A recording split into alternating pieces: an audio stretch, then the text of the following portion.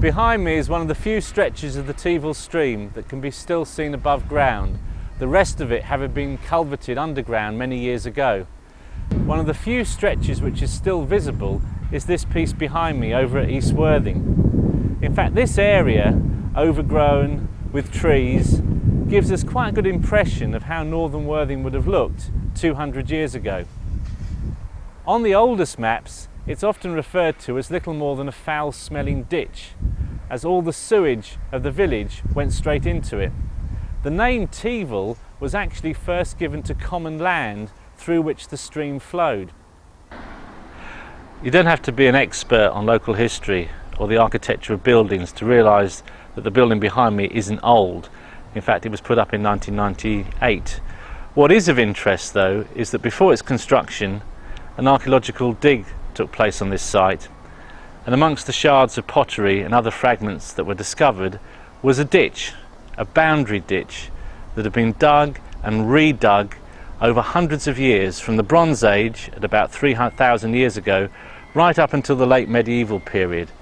And that proves that there was human habitation here long before Worthing actually got its name, which was sometime in the Anglo-Saxon period, say 500 AD. It was the Anglo-Saxons that gave Worthing its name, sometime around 500, 600 AD, we can't be sure. But the village is mentioned in Domesday Book. In fact, two small villages are mentioned, Ordinges and Mordinges. And yet the population was unlikely to be more than 200-300 people. And that remained the case for many, many centuries. It was only at the end of the 18th century, when Worthing became popular as a seaside resort, that a town developed, and that town eventually engulfed the village. And during the 20th century, many of the oldest buildings were demolished for new developments or car parks, and today only a few fragments remain. So we're going to go on a little journey now and see how many of the buildings of the old village we can find. Behind me you'll see some old masonry, a barn once perhaps connected to Box Cottage. To the right is the old smithy, and connected to that is the Swan Public House. Many people don't realise that the Swan is one of the oldest pubs in Worthing. Originally it was the home of Richard Lindup, a local landowner who lived in the town in the mid-18th century. By 1842 it had become a boarding house, and by 1849 an inn known as the White Swan. In 1938, when improvements were done to the building, behind some plasterwork were discovered 4 medals commemorating Princess Charlotte, who visited Worthing in 1807 and stayed at Warwick House. This was definitive proof that the building was at least 200 years old, and we believe at least another 50 years older than that. The Hollies is particularly noteworthy for being constructed of Worthing yellow brick. These bricks were fired from clay extracted from Worthing seashore from the 1790s onwards. They were very sought after for the delicate yellow creamy colour, and some of the best buildings in the town and further afield were made of yellow brick, and this is one of the best examples that survives. Behind me is Box Cottage. A cursory glance might suggest this building dates from the late Victorian or Edwardian period, but those windows were added later. The building itself is substantially 18th century, possibly even earlier, and is one of the few remnants of the old village to survive. In the 19th century it was the home of John Tidy, a local schoolmaster. He had to give up work due to a nervous breakdown, but in the phraseology of the time, mental alienation.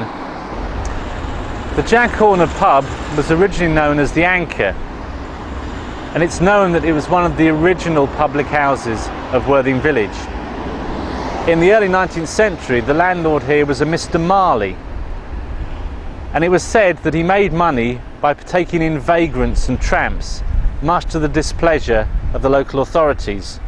To attract more trade, he hung a great anchor on a post by North Street here, hoping that it would entice in passing custom. To my left is Waitrose, clearly not an historic building, but it stands on the site of two of the important buildings of Old Worthing village, Burden Farmhouse and Alma Cottage. Remarkably, in 1947, They were two of the earliest listed buildings. The Town and Country Planning Act of 1947 for the first time introduced the idea of listed buildings. Buildings listed for protection for their architectural and historical significance.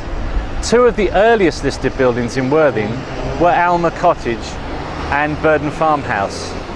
Yet remarkably, only 10 years later, both were demolished as part of Worthing Borough Council's attempt to redevelop the town at that time. Many of the most historic buildings of Old Worthing Village survived into the 1950s. Worthing High Street could have been preserved, could have been cherished by Worthing Borough Council, but unfortunately during the 1950s, 60s and into the 1970s the council followed a policy of demolition, often without any real sense of what was to follow. It's a tragedy that the western half of High Street was demolished and the only building that went up in its stead was this charming multi-storey car park you see behind me. An indictment, if ever there was one, of bad town planning.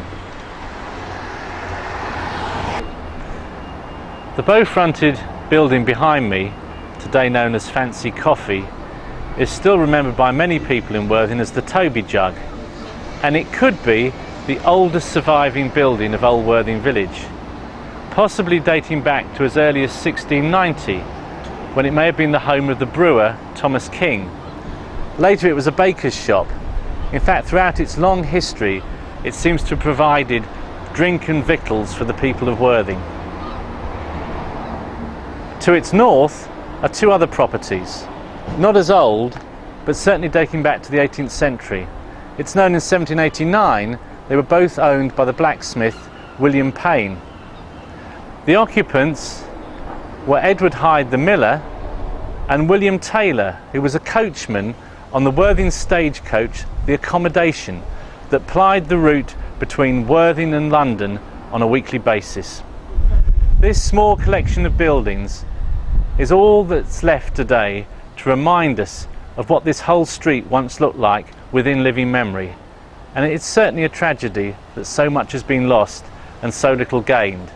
We are, as you can see now, standing in no more than a car park, where until the 1960s stood a host of historic buildings. Here we are at the back of Guitar Junction, where it's more easy to see the old structure of the building. We know that in 1778 it was the home of Thomas Mitchell, and by 1810 Worthing's first recorded butcher, John Pullen, was operating from these premises. Unfortunately, these buildings are not listed, so a careful eye needs to be kept on them to make sure they are retained for future generations. Back in the 19th century, before the days of social security, labouring men depended on friendly societies to pay out benefits in times of distress. Men would join societies such as the Oddfellows or the Ancient Order of Foresters, paying in a few pence a week on the understanding that if they became poorly or if they died, their widows would receive a small payout. The building behind me was the hall of the local branch of the Ancient Order of Foresters, an organisation which flourished within living memory. Homefield Park was created in the 1870s as the People's Park. It originally extended down to Lyndhurst Road before the modern hospital was built. Back in medieval times, the home field was one of the 3 common fields in Worthing. The park has seen royal celebrations, including Queen Victoria's Diamond Jubilee in 1897. The ornamental lake, fed by the Teeble stream, was a great feature of Homefield Park and is still remembered with affection by older residents. This is one of the old Twittons of Worthing, known as the Quashettes. It ran from the old Worthing village to Broadwater, a distance of about a mile. It was always said it was there to link Old Worthing Chapel with St Mary's at Broadwater, but in actual fact it links the Swan pub with the old house at home, which was probably more important for the local people to get their beer rather than to get their religion. No one quite knows how old this footpath is, but it's on the very, very oldest maps and certainly goes back to medieval times, if not even to pre-Saxon period. Known as Twittons, Sussex footpaths get their name from the fact that they are betwixt and between two walls. And as far as Worthing's concerned, the old historic walls are flint walls. They used local material from the beach in their construction. In 1832, this was the scene of a running battle between smugglers and the Coast Guard. The local smuggling gang, led by 32-year-old stonemason William Cowison, had for many years been bringing ashore illicit contraband, usually brandy from France.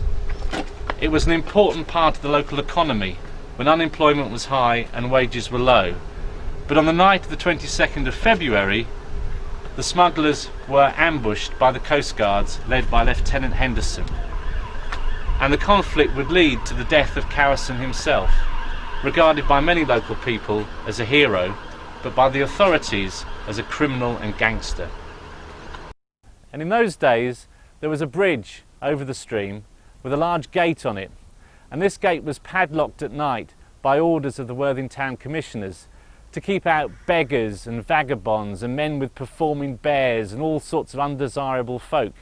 And we can speculate that normally the smugglers would arrange for this gate to be open, but on this night, with the Coast Guard close at hand, it had been padlocked, and the men had to clamber over the gate before they could escape into the open fields that were north of the stream. And William Cowison himself made a stand, and with a 6-foot hazel stave approached Henderson, smashing him on his arm. Henderson then raised his pistol with his other hand and fired at Cowison at point-blank range. The smugglers' leader fell lifeless to the ground, but his intervention had given enough time for his men to escape, cross the bridge and evade capture. The main reason that smuggling had been so prevalent in Worthing was hard economic conditions, with low pay and high unemployment. The railway changed all that. Within a decade, unemployment had virtually disappeared and wages were on the up. And yet the arrival of the railway in Worthing was far from auspicious. The first train was partially derailed at Lancing and didn't enter Worthing station until so late at night that all the crowds had disappeared, apart from a small group of boys who stood on the bridge in the pouring rain looking forlornly down at the tracks. As Worthing developed in the 19th century, the Teviot stream became something of a liability, as it would regularly flood in the winter and water would pour into basements and people's properties. So as time went by, more and more of the stream was culverted underground, and so its traditional marker as the northern boundary of Worthing became forgotten. However, in 1845 the railway reached Worthing, and in many respects the railway, running as it does only slightly to the north of the Teviot stream, replaced it as the boundary of historic Worthing.